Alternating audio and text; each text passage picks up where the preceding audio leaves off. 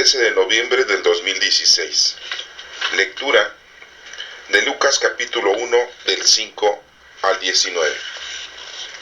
En aquel tiempo, como algunos ponderaban la solidez de la construcción del templo y la belleza de las ofrendas votivas que lo adornaban, Jesús dijo: días vendrán en que no quedará piedra sobre piedra de todo esto que están admirando. Todo será destruido. Entonces le preguntaron: Maestro, ¿cuándo va a ocurrir esto y cuál será la señal de que ya está a punto de suceder? Él le respondió: cuídense de que nadie los engañe, porque muchos vendrán usurpando mi nombre y dirán: yo soy el Mesías. El tiempo ha llegado, pero no les hagan caso. Cuando oigan hablar de guerras y revoluciones, que no los domine el pánico, porque eso tiene que suceder. Pero todavía no es el fin. Luego les dijo: se levantará una nación contra otra y un reino contra otro. En diferentes lugares habrá grandes terremotos, epidemias y hambre, y aparecerán en el cielo señales prodigiosas y terribles. Pero antes de todo esto, los perseguirán a ustedes y los apresarán, los llevarán a los tribunales y a la cárcel, y los harán comparecer ante reyes y gobernadores por causa mía. Con esto darán testimonio de mí. Grábense bien que no tienen que preparar de antemano su defensa, porque yo les daré palabras sabias a las que no podrán resistir ni contradecir ningún adversario de ustedes. Los traicionarán hasta sus propios padres, hermanos y parientes y amigos. Matarán a algunos de ustedes y todos los odiarán por causa mía. Sin embargo, no caerá ningún cabello de la cabeza de ustedes. Si se mantienen firmes, conseguirán la vida. Esta es palabra de Dios. Honor y gloria a ti, Señor Jesús. La primera lectura es del libro del profeta Malaquías, capítulo 3, del 19 al 20. Ya viene el día del Señor, ardiente como un horno, y todos los soberbios y malvados serán como la paja. El día que viene los consumirá, dice el Señor de los ejércitos, hasta no dejarles ni raíz ni rama. Pero para ustedes, los que temen al Señor, brillará el sol de justicia, que les traerá la salvación en sus rayos. Esta es palabra de Dios. Te alabamos, Señor. La segunda lectura es de la carta del apóstol San Pablo a los Tesalonicenses, capítulo 3, del 7 al 12. Hermanos, ya saben cómo deben vivir para imitar mi ejemplo, puesto que cuando estuve entre ustedes, supe ganarme la vida y no dependí de nadie para comer. Antes bien, de día y de noche trabajé hasta agotarme para no serles gravoso. Y no porque no tuviera yo derecho de pedirles el sustento, sino para darles un ejemplo que imitar. Así, cuando estaba entre ustedes, les decía una y otra vez: el que no quiera trabajar, que no coma. Y ahora vengo a saber que algunos de ustedes viven como holgazanes, sin hacer nada, y además entrometiéndose en todo. Les suplicamos a esos tales y les ordenamos, de parte del Señor Jesús, que se pongan a trabajar en paz, para ganarse con sus propias manos la comida. Esta es palabra de Dios. Te alabamos, Señor. Este próximo domingo es el domingo número 33 ordinario, y solamente nos falta un domingo para terminar el año litúrgico de Lucas, el tercer año litúrgico. Recordemos que tenemos 3 años litúrgicos en donde podemos leer y estudiar la palabra del Señor en 3 diferentes evangelios. El primer año litúrgico es Mateo, el segundo es Marcos y el tercero es Lucas. Estamos ya por terminar este año litúrgico de Lucas y vamos a empezar otra vez con Mateo. Quiero recordarles que tenemos 4 evangelios en la Sagrada Escritura, en el Nuevo Testamento. Es Mateo, Marcos y Lucas, y el cuarto es San Juan, el Evangelio de Juan. El Evangelio de Juan no es un año litúrgico. Las lecturas de Juan las vamos incorporando en todos los años litúrgicos que hemos leído, en el de Mateo, en el de Marcos y en el de Lucas. ¿Por qué razón? Porque el Evangelio de Mateo, Marcos y Lucas se les dice que son libros o evangelios sinópticos, tienen alguno parecido. En cambio, el de Juan es un evangelio que es diferente, no es igual que los otros 3. Recordemos que Juan, aparte de haber escrito el Evangelio, escribió 3 cartas y que también están en las Sagradas Escrituras en el Nuevo Testamento. Y debemos de saber también que Lucas escribió también el libro de los Hechos de los Apóstoles. Por lo tanto, el libro de Juan, o el Evangelio de Juan, lo tenemos que ir estudiando de otra manera, ya que solamente lo vamos viendo sus lecturas en los años litúrgicos durante 3 años, pero lo podemos ir leyendo dominicalmente, en la semana, en las misas cotidianas o en casa, para que nos demos cuenta de algunos pasajes bíblicos que no aparecen en los otros evangelios. Quiero recordarles a ustedes también que Lucas era un médico y que había nacido en Antioquía, lo que pertenecía en ese entonces a Turquía. También debemos de saber que Lucas pues era judío y que fue un condiscípulo de Pablo. Y nos dicen las tradiciones y la historia que Lucas, al andar con Pablo, en algún momento tuvo contacto con algunos discípulos, o sea, con algunos apóstoles de nuestro Señor Jesucristo. Y lo más importante, que tuvo contacto con nuestra Santísima Madre María, ya cuando Jesucristo había muerto, por lógica. Entonces, siendo una personalidad estudiada, que conocía el idioma griego, hizo toda una investigación, hizo todo un estudio, y fue redactando y depurando para poder escribir con una precisión el Evangelio que lleva su nombre. Esto es muy importante que ustedes lo tengan, ya que vemos como Lucas nos menciona los secretos de la Anunciación y de la visitación de María a su prima Santa Isabel. También nos menciona sucesos de la infancia de nuestro Señor Jesucristo. Y habla y nos refleja sentimientos de nuestra Santísima Madre. Como María todo lo medita en su corazón.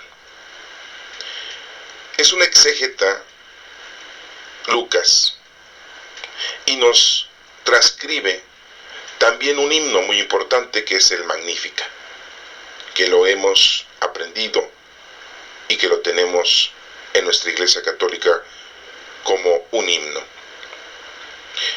Como les digo, Pablo era compañero de Lucas y Pablo viajó mucho para llevar la evangelización.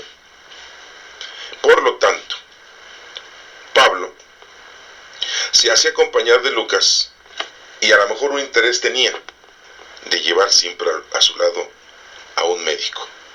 Y no solo porque era una persona erudita y estudiada y conocía el griego, ya que Pablo también era una persona estudiada, sino porque al ser médico le podía estar ayudando a él personalmente en su salud. Sí, así como lo están escuchando. Porque Pablo, no crean que era un hombre sano al 100%. Pablo tenía algunos problemas de salud y al convivir y acompañarse con Lucas, pues Lucas le ayudaba mucho para que procurara su salud y prosiguiera su trabajo de evangelización. Y es lo que estamos viendo ahorita en la lectura, en la segunda lectura de Pablo, en que nos habla del trabajo que debemos nosotros de realizar. Y no solamente el trabajo, ahora sí, de un trabajo espiritual, sino también de un trabajo para vivir. Porque en la actualidad muchos presbíteros, muchos sacerdotes, muchos pastores, muchos guías espirituales viven de la caridad, entre comillas, de la limosna, entre comillas, viven de sus acciones y reciben dinero y de eso viven y no trabajan. Viven solamente de lo que les da la gente por sus ayudas, por sus prédicas que ellos realizan. Y Pablo critica muchísimo ese evento. Y lo tenemos aquí en esa lectura, pero ya lo vamos a ver más adelante. Ya después de esta pequeña introducción, vamos a leer el Evangelio para irnos dando cuenta de qué mensaje nos está proporcionando el Señor de Lucas capítulo 1 del 5 al 19. En aquel tiempo, como algunos ponderaban la solidez de la construcción del templo y la belleza de las ofrendas votivas que lo adornaban, era muy bonito el templo y la gente se sentía muy agraciada, se sentía muy cómoda. Y eso nos pasa a nosotros también en la actualidad. Hay gente que vive en su colonia y cuando quiere una celebración eucarística, pues no se queda en su colonia a realizarla. Se va a otra colonia más de lujo, a otra iglesia con más lujo, porque se le hace poco la iglesia que tiene cerca de su casa. Y los que viven en esa otra colonia de lujo, si quieren realizar un evento eucarístico, se van a otro lugar más pomposo, a otro lugar con más lujo.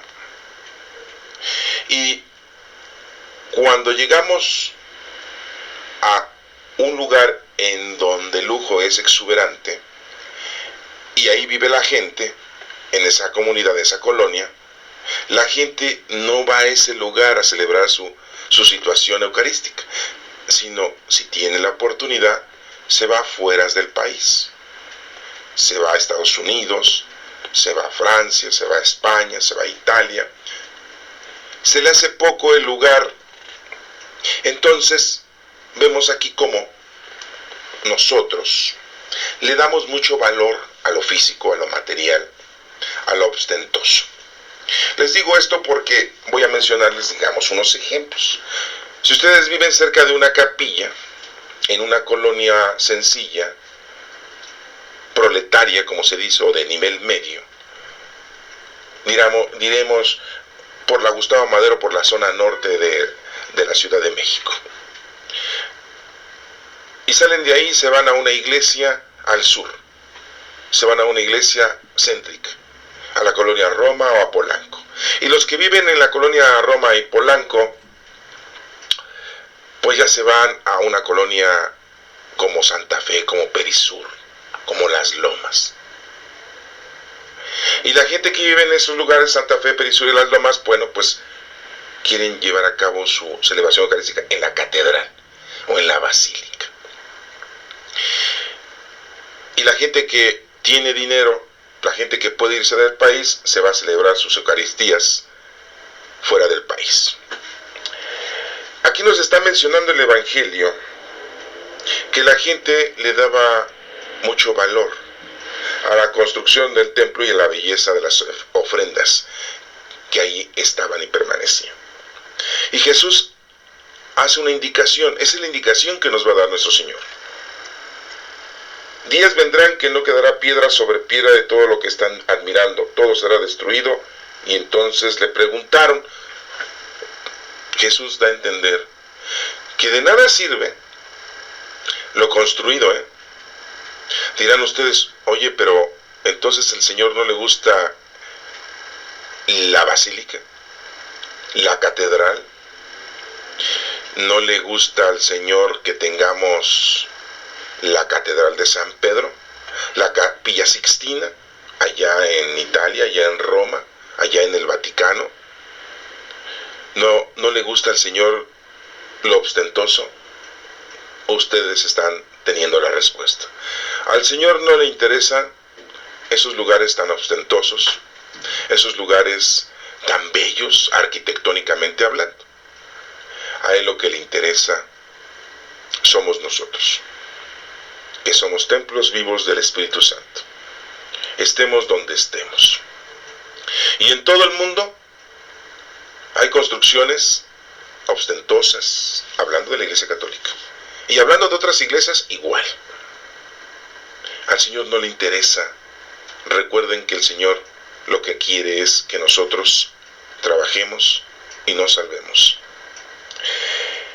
Por eso nos menciona que vendrán en que días que no quedará piedra sobre piedra. Y le preguntan, maestro, no nos dice quién le pregunta. Cualquiera de nosotros nos podemos hacer esa pregunta. ¿Cuándo va a ocurrir esto y cuándo será la señal de que ya está a punto de suceder? El Señor le responde. Fíjense lo que responde nuestro Señor Jesucristo. Cuídense de que nadie los engañe. Es muy importante esto, porque en la actualidad hay muchos pastores, muchos presbíteros, muchos guías espirituales que engañan a la gente. Dicen vulgarmente, andan siempre jalando agua para su molino. Quieren atraer gente a su iglesia, quieren atraer gente a su comunidad, quieren atraer gente a su religión, porque viven de la gente, porque no trabajan, porque viven de lo que les cobran, porque viven de los donativos, de las limosnas. Y hay gente que hasta se deja y se pone a trabajar y todo lo que gana se los da a los presbíteros, sacerdotes y guías espirituales, a los pastores. Y a veces ellos viven mejor que nosotros. Muchos de ellos no viven en la capilla, en la parroquia, en la iglesia. Viven en casas que nunca les van a dar la dirección a ustedes. Nunca van a encontrar a un padrecito que dice, yo vivo en la calle fulana de tal, la colonia de tal, y en la iglesia, pues esa es la donde vengo a oficiar, pero yo vivo en tal lado. Serían muy tontos. Pero si ustedes en algún momento se llegan a dar cuenta dónde viven, grandes casas tienen, grandes residencias tienen más dinero que nosotros, y buenos coches, y buenos lujos. Ya sin contar que se les prohíbe a la Iglesia Católica que los sacerdotes tengan mujer e hijos, ya sin contar eso, ¿no? Porque también lo tienen, pero bueno, ya son reglamentos que ellos mismos exigen y que ellos mismos no cumplen. Pero bueno, esa parte, eso no tiene nada que ver. Aquí lo importante es ver que de nada sirve la construcción, lo material, el dinero. Y muy claramente nuestro Señor Jesucristo dice, tengan cuidado de que nadie los engañe, porque muchos vendrán usurpando mi nombre y dirán, yo soy el Mesías, yo tengo la verdad, yo sí les puedo indicar quién es Dios. Y todo lo hacen por un negocio, por una conveniencia. El tiempo ha llegado, dice nuestro Señor Jesucristo, pero no les hagan caso. Fíjense lo que nos está diciendo el Señor. Entonces, ¿a quién le vamos a hacer caso? ¿A quién? Hagamos oración al Espíritu Santo y dejémonos guiar y mover por el Espíritu Santo y hagámosle caso a Dios, que Él nos guíe. Por eso siempre decimos en la oración del Espíritu Santo, oh Espíritu Santo, amor del Padre y del Hijo, inspírame siempre lo que debo pensar, lo que debo decir, cómo debo de hablar y cuándo debo callar, lo que debo de escribir y cómo debo actuar. ¿Qué tengo que hacer para procurar tu gloria en bien de las almas y mi propia santificación? Espíritu Santo, ilumina mi entendimiento y fortifica mi voluntad. Al único que le debemos de hacer caso es a Dios. Y hagamos esa expresión del Espíritu Santo para que el Señor nos diga qué es lo que tenemos que hacer y no nos dejemos engañar por nuestros líderes en nuestra iglesia, que muchas veces solamente lo que buscan es una conveniencia y hacer negocio con nosotros y vivir de holgazanes. Lo vamos a ver ahorita en la lectura de Pablo, ahí bien claro lo está diciendo, y no lo hacen. El que lo haga, bien, está cumpliendo, pero la mayoría no lo hace. Cuando oigan hablar de guerras, dice, y revoluciones, que no los domine el pánico, porque eso tiene que acontecer. ¿Se dan cuenta cómo dice nuestro Señor? Eso va a ocurrir entonces, porque cuando hay guerras, o ha habido guerras, ahorita en este 2016, bueno, pues ya tenemos en una historia de nuestra vida muchas guerras, ¿verdad? puedo hablar ahorita de la historia de muchas guerras que ha habido. Pero ahorita en la actual, pues hay guerra ya en Irán, con los yihadistas, ¿sí? Quien esté escuchando esta lectura años posteriores y diga, uy, eso ya pasó hace muchos años, bueno, por ahorita es lo que nos está sucediendo a nosotros. Son guerras, revoluciones, ha habido revoluciones, casi en todos los países hay revoluciones. ¿En qué año fue la revolución aquí en México? En 1910. ¿Ah? Pero hay otras revoluciones en todos los países. Bueno, así nos dice el Señor, fíjense. En el año 33 nuestro Señor Jesucristo aproximadamente nos estaba diciendo que va a haber guerras y revoluciones. Y que nos domine el pánico, porque eso tiene que acontecer. Pero dice, todavía no es el fin. Y luego les dijo, se levantará una nación contra otra y un reino contra otro. ¿Se dan cuenta? Eso ha pasado, lo hemos visto, cómo se pelea un reino contra otro. Y después nos sigue diciendo, muy claramente nos dice que todo esto tiene que acontecer y que todavía no es el fin. ¿Sí?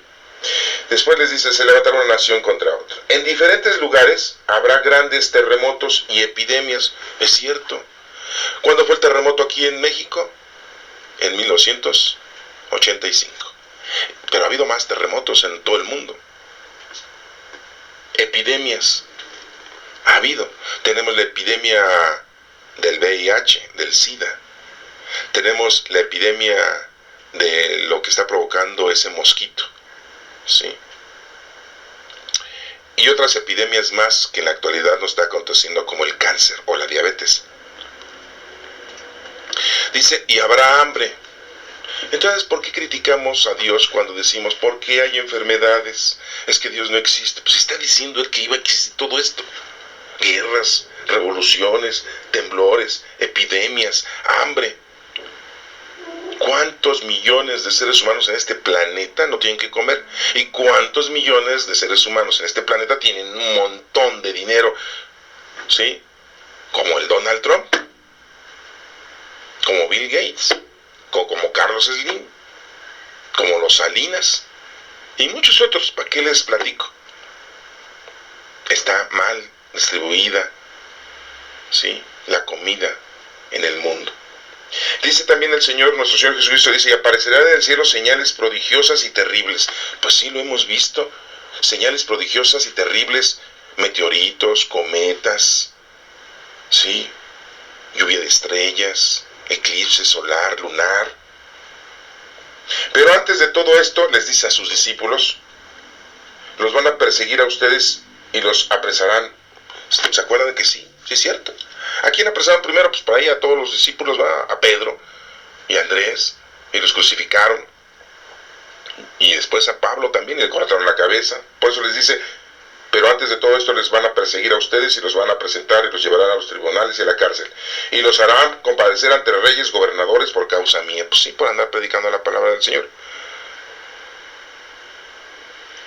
Con esto darán testimonio de mí. Grábense bien que no tienen que preparar de antemano su defensa. No se preocupen por defenderse, porque dice aquí, yo les daré palabras sabias en su boca, a las que no podrán resistir ni contradecir ningún adversario de ustedes. El Señor pone palabras sabias en nuestra boca para defendernos. Y los traicionarán hasta sus propios familiares, padres, hermanos, parientes y amigos, se los dijo a los discípulos, pero en la actualidad también es lo mismo. Hay padres que traicionan a los hijos, no los cuidan, no los crían, los engendran y los abandonan. ¿Sí? Es una traición eso. Hay padres que no los educan, no los mantienen, pero los critican, y si pueden, los exterminan. Hay padres que le piden a la mujer que aborte, que mate a ese ser humano que lleva en el vientre. Los hermanos se traicionan entre sí. ¿Y saben cuándo? ¿Cuándo se ve cuando los hermanos se agarran del chongo? Se agarran en un pleito mortal. ¿Saben cuándo? ¿Cuando son chiquitos? No. ¿Cuando son niños? No. Por la comida. Cuando son niños se quitan la mamila. No. cuando se quieren distribuir la herencia. Sí, lo que dejaron los papás o los abuelos. Ahí es cuando se matan. Ahí es cuando se traicionan los hermanos. Y empiezan a decir, ¡ay, yo no pensé que mi hermano fuera! ¡Qué barbaridad! Pues se veía bien tranquilo. Bien menso se veía. Y miren, sacó las uñas de gato. ¿Ah? Y hasta licenciado nos metió. Entre hermanos se traicionan. Parientes y amigos. No, pues es muy normal ya en la actualidad que los parientes y amigos nos traicionen en todo. Bueno, pues esto está escrito en la Sagrada Escritura, ¿eh? O sea que cuando se presenten esas cosas, bueno, ustedes ya las saben, entonces no las pasen por alto y no sientan que eso no existe. Dense cuenta que eso existe y que eso puede pasar. Matarán a algunos de ustedes y todos los odiarán por causa mía, ¿se dan cuenta? Sí, es cierto. Mataron a los discípulos. El primer discípulo que fue asesinado, ¿quién fue? Santiago el Mayor. Fue asesinado en la península ibérica. Al primero que mata. ¿Y cómo fueron matando a todos? Juan es uno de los que no asesinaron. Juan lo agarraron ya viejo y lo mandaron a la isla de Patmos para que ahí muriera. Pero en realidad pues murió cuando el Señor quería que él muriera. No fue asesinado. Pero a varios discípulos sí los mataron. A varios discípulos los fueron asesinando en cuanto los apresaban. Y nos sigue diciendo aquí, sin embargo no caerá ningún cabello de la cabeza de ustedes, si se mantienen firmes, conseguirán la vida. Van a conseguir la vida si nosotros estamos fieles al Señor. Este evangelio nos está dando un mensaje muy importante. Que tengamos mucho cuidado. Y de que van a pasar esas cosas que acabo de mencionar, van a ocurrir. Por lo tanto, no se pongan ustedes a decir que Dios nos está castigando, que Dios no nos quiere, que Dios ya nos abandonó, y porque hay guerras, y que porque hay hambre, y que porque hay epidemias, y porque hay cosas raras en el cielo, y porque nos están dirigiendo mal nuestros pastores, presbíteros, sacerdotes. Nos está diciendo el Señor que hasta nuestra propia familia nos va a traicionar. Y que entre hermanos nos vamos a traicionar, y parientes y amigos. Fíjense todo lo que nos está diciendo el Señor en esta lectura. Esta lectura hoy nos está pidiendo el Señor que tengamos mucho cuidado. Que no caigamos en la confianza, que no caigamos en tenerle credibilidad a cualquiera, porque nos pueden mal conducir y nos pueden llevar a la muerte con sus malas actitudes. Y lo vamos a ver ahorita en las otras lecturas, para que lo tengan ustedes muy presente. Pero quiero yo a ustedes decirles, por ejemplo, de los discípulos, para que lo tengan ustedes como nota de que los apóstoles dieron la vida por el Evangelio. Y es lo que nos pide el Señor, que nosotros pues vivamos toda nuestra vida por el Evangelio, hasta que el Señor diga hasta cuándo. Pedro, Simón, el discípulo del Señor, murió en Roma y fue crucificado. También su hermano Andrés, que había predicado en Grecia, muere crucificado, pero en una forma de X. ¿Sí? Juan es el único que no muere asesinado, sino que ya muere de anciano. Santiago, el mayor, como ya les había mencionado, muere en la península ibérica, lo que ahora es España y Portugal. Fue decapitado, le cortaron la cabeza. Tomás el que se llamaba mellizo o dídimo, el gemelo, que también se llama, en realidad Tomás era el apodo, ¿no?, que quería decir mellizo, dídimo, y era primo de nuestro Señor Jesucristo, muere asesinado en la India. Sí. Bueno, Judas Iscariote, pues él se trató de ahorcar y murió por el accidente y se rompió la rama, según los Hechos de los Apóstoles que nos cuenta Lucas, ya que se informó bien, lo investigó bien. Y es otro que no muere asesinado, fíjense. O sea, San Juan no muere asesinado, muere viejo. Y Judas Iscariote muere por accidente, ¿verdad? En realidad fue un accidente. El otro discípulo, Simón, el que era celote, el cananeo, los celotes eran los que estaban en contra del gobierno romano, era un grupo de gente que estaba en contra del gobierno y siempre estaban haciendo la guerra contra ellos. Ese Simón predica en Egipto y muere asesinado también. Mateo, el evangelista, muere también asesinado en Heriápolis.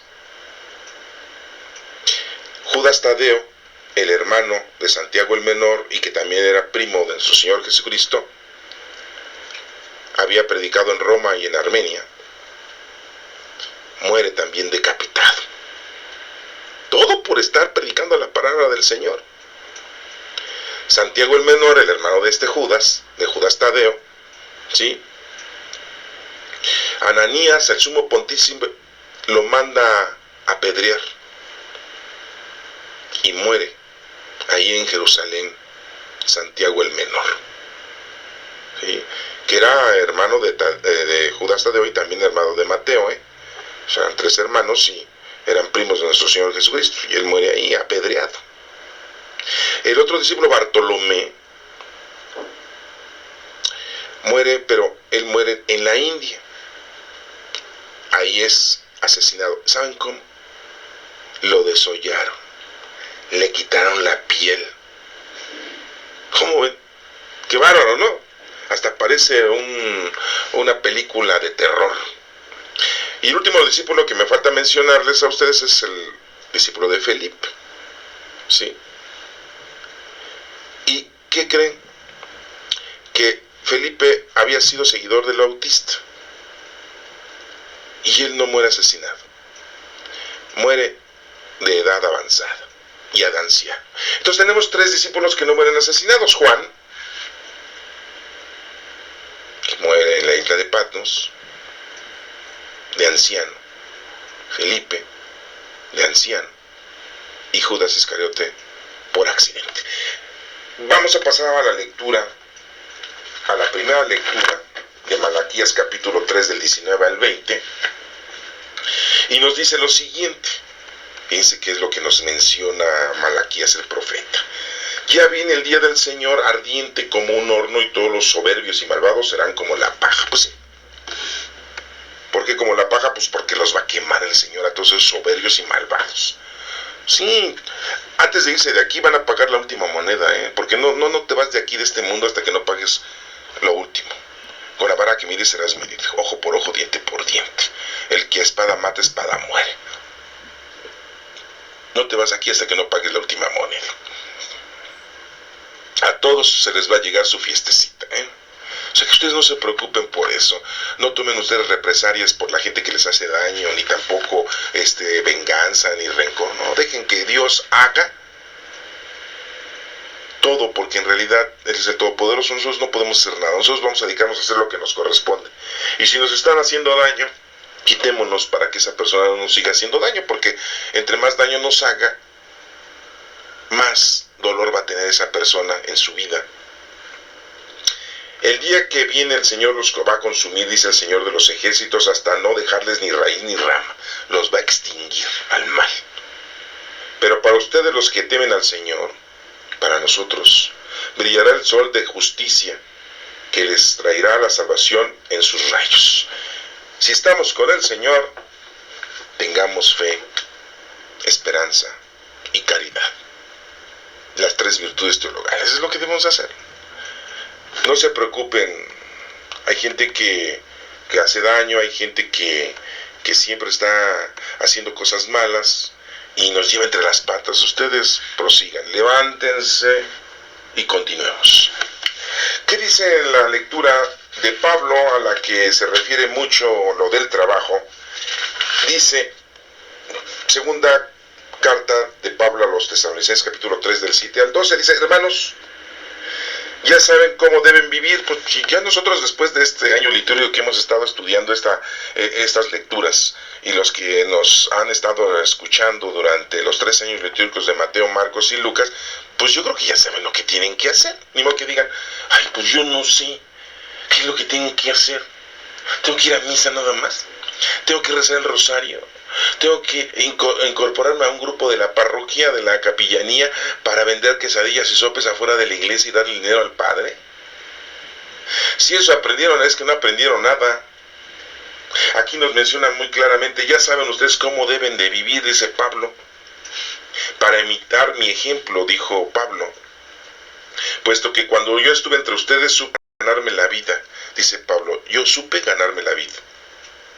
Y no depender de nadie, eso es lo que debemos hacer.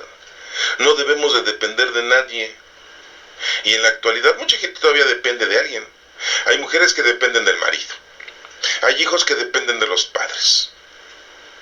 Hay nietos que dependen de los abuelos. Es más, hasta matan a los abuelos para quedarse con la herencia.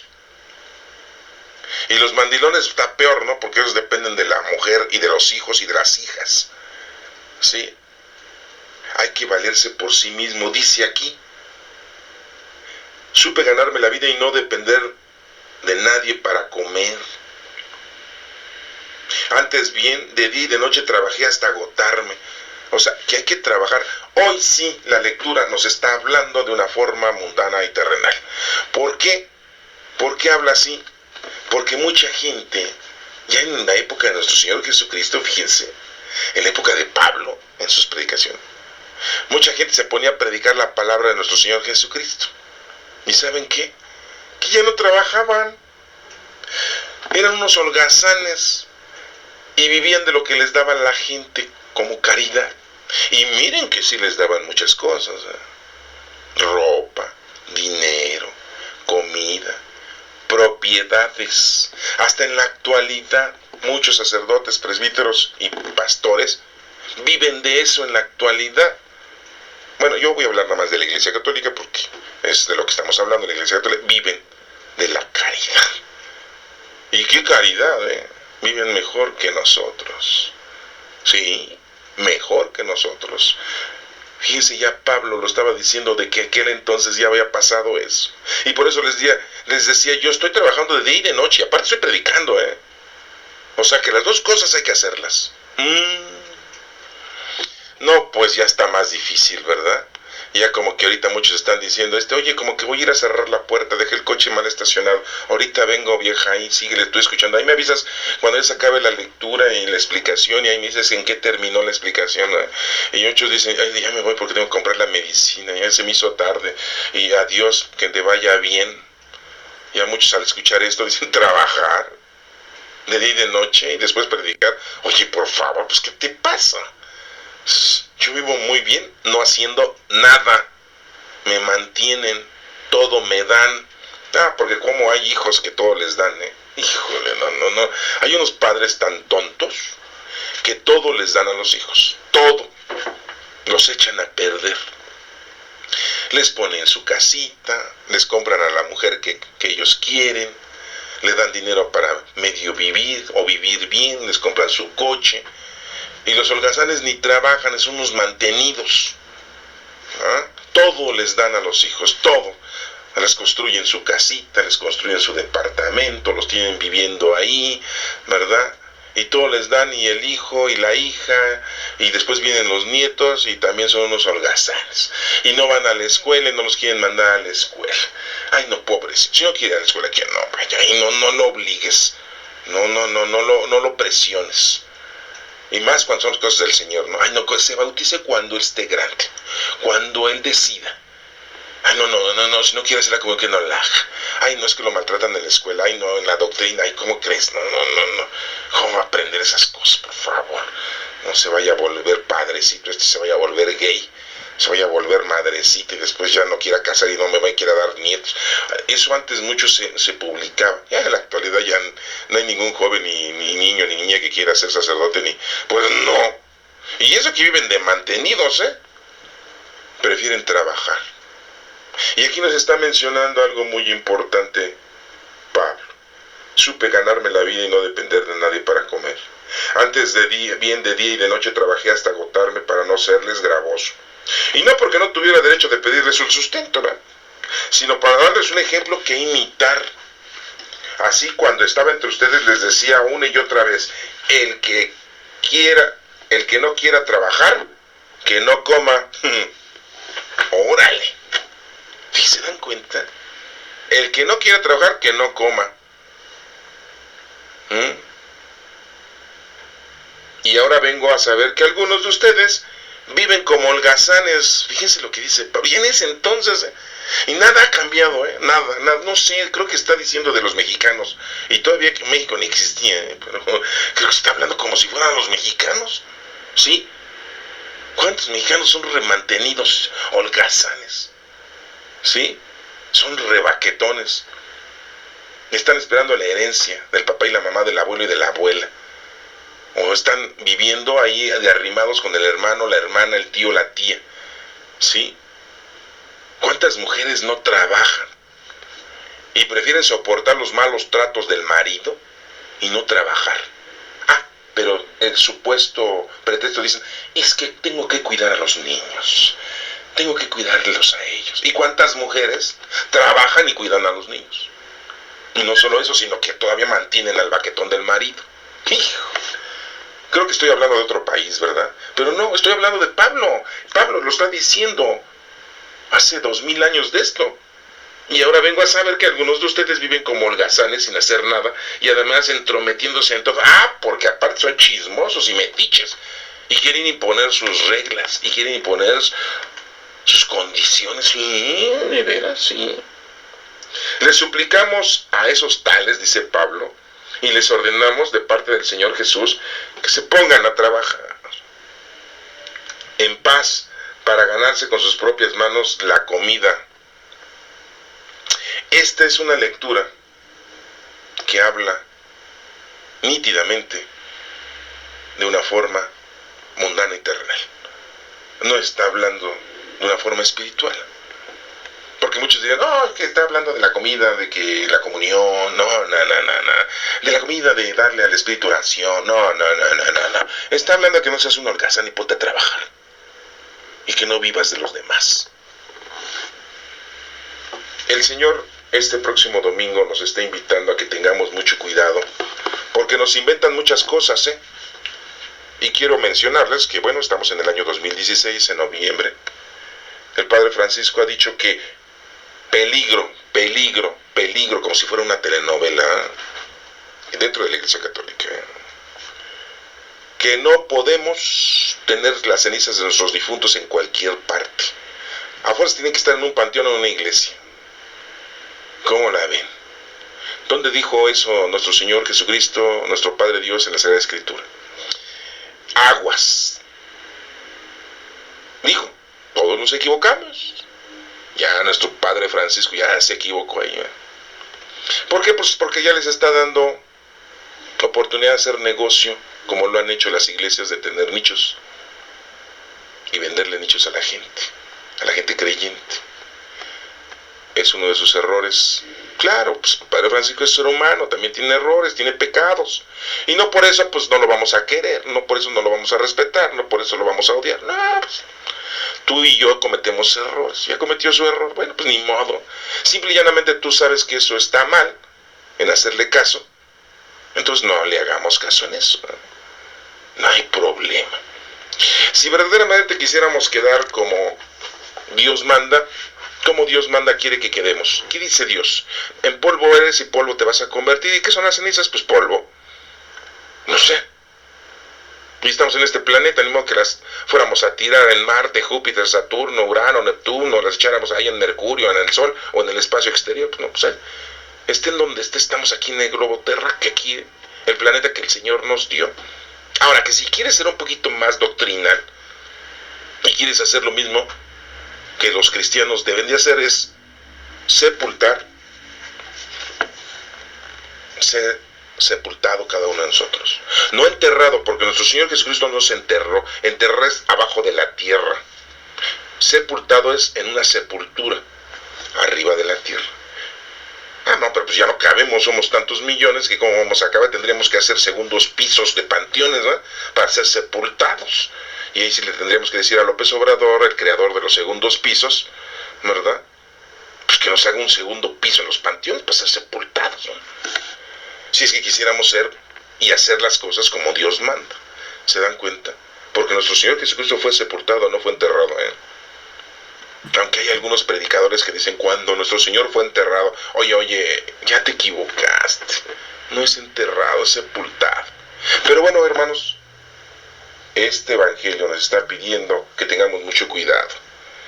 Hagamos oración al Espíritu Santo, tenemos las Sagradas Escrituras, y cuando escuchemos una barbaridad como la que les acabo de mencionar de nuestro guía espiritual, el Padre Francisco, que les dio oportunidad a que sigan haciendo negocios sus presbíteros, sus sacerdotes, pues no hagamos caso de eso, ¿no? Porque en realidad es un error. En ninguna parte de la Sagrada Escritura te exige que eso sea, ¿no? Y ellos se defienden diciendo, lo que ato en la tierra será atado en el cielo, porque así le dijo a Pedro, ¿verdad? ¿Ustedes creen que Dios se va a enojar por eso? No. Dios no se enoja, porque Él es todopoderoso. Pero Él sí te va a pedir cuentas de lo que no hayas hecho. Te dio dones del Espíritu Santo y hay que ponerlos en práctica.